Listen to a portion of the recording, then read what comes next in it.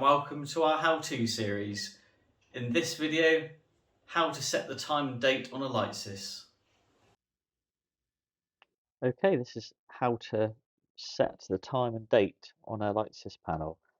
We hit the back button, insert code, put in your user code, hit the OK button, and then we hit the down button until we see clock.